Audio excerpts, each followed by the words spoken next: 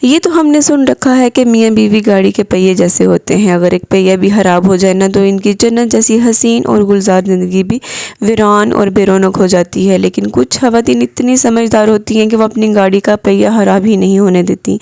Welcome back to Maryam vlog hub. آج کی video بہت ہی ہیلپ فل رہے گی۔ پہلی جو ٹپ ہے میں آپ سے شیئر کرنے لگی ہوں وہ یہ ہے کہ جب بھی اب میاں بیوی کے درمیان کوئی بھی بات ہوتی ہے نا تو اس کو اپنے تک ہی محدود رکھیے۔ آپ اس بات کو اپنے کمرے میں کر رہے ہیں تو اسے اپنے کمرے تک ہی محدود رکھیے۔ کمرے سے جب باہر جانے لگے نا تو اس بات کو کمرے میں ہی لاک کر کے جائیے گا اور کسی تھرڈ پرسن تک وہ بات نہ پہنچنے دیں، چاہے وہ تھرڈ پرسن آپ کے ماں باپ ہوں یا آپ کے سسرال والے ہوں، کیونکہ جب آپ کی آپس کی باتیں کسی تھرڈ پرسن کے پاس جائیں گی نا تو آپ کے مسائل وہیں سے ہی شروع ہو جائیں گے۔ اب کچھ خواتین کیا کرتی ہیں، جب ان کے اپنے ہسبینڈ سے لڑائی ہوتی ہے نا تو وہ اس لڑائی میں یہ بھول جاتی ہیں کہ انہوں نے ایک دن ان سے صلح بھی کر لینی ہے اور ان کے تمام مسائل بھی حل ہو جائیں گے، لیکن وہ کیا کرتی ہیں، وہ اپنے بچوں کے سامنے اپنے ہسبینڈ کی برائیاں شروع کر دیتی ہیں اور اپنے بچوں کو جتلا رہی ہوتی ہیں، ان کو بتا رہی ہوتی ہیں کہ تمہارا باپ ایسا ظالم انسان ہے، تمہارا باپ بہت برا انسان ہے، تمہارے باپ نے میرے ساتھ بہت ہی برا سلوک کیا ہوا ہے۔ لیکن اس وقت یہ سب بھول جاتی ہیں کہ خود تو وہ ایک دن صلح کر لیں گی یا ان کی زندگی جیسے تیسے گزر گئی ہے۔ یہ سب کر کے ایسی خواتین بچوں سے ان کا باپ چھین رہی ہوتی ہیں، کیونکہ بچوں کے لیے ان کا باپ بھی ایک ہیرو کی حیثیت رکھتا ہے، چاہے وہ اچھا ہو چاہے وہ برا ہو۔ باپ ہمیشہ چھاؤں ہوتا ہے اپنے بچوں کے لیے، اور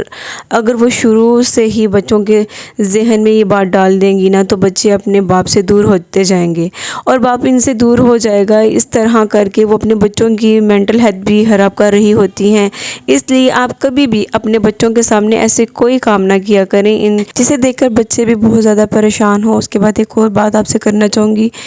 کہ آپ کی شادی جس بھی شخص سے ہوتی ہے نا، اس کی جتنی بھی انکم ہے اس میں گزارا کرنا سیکھیے، چاہے کم ہے یا زیادہ، اسی میں خوش رہ کر سکون سے رہیں۔ جس حد تک وہ آپ کی خواہشیں پوری کر سکتا ہے نا وہ پوری کرے گا، تو انہیں خواہشات کو اپنا نصیب سمجھیے اور اس کے ساتھ مل کر کوشش کریں کہ آپ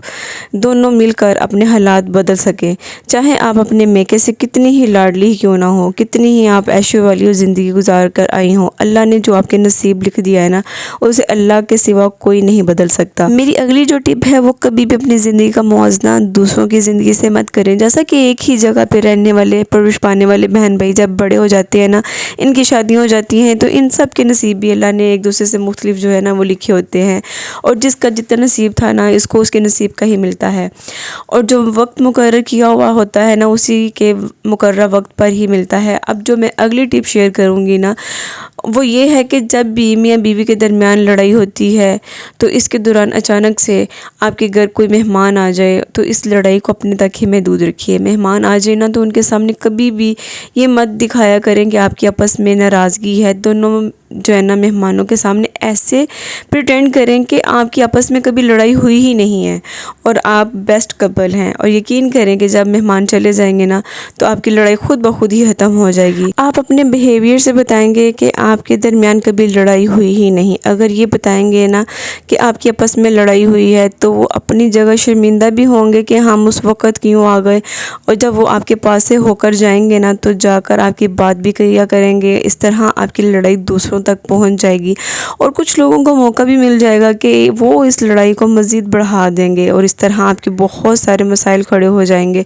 اب اگلی جو ٹپ ہے وہ بہت ہی امپورٹنٹ ہے۔ کبھی بھی اپنے ہسبینڈ کے سامنے شو آف نہ کیجیے کہ فلاں کے ہسبینڈ نے یہ والا گفٹ دلایا، یا پھر فلاں میری فرینڈ یا کزن تو اس کے پاس یہ چیز موجود ہے میرے پاس نہیں ہے۔ اس طرح آپ کے ہسبینڈ برا فیل کریں گے اور وہ اندر ہی اندر ٹینشن لیں گے اور ڈپریشن کا شکار ہو جائیں گے کہ میں اپنی بیوی کو شاید خوش نہیں رکھ سکتا، یا میں اپنی بیوی کی خواہشات جو ہیں ان کو پورا نہیں کر سکتا۔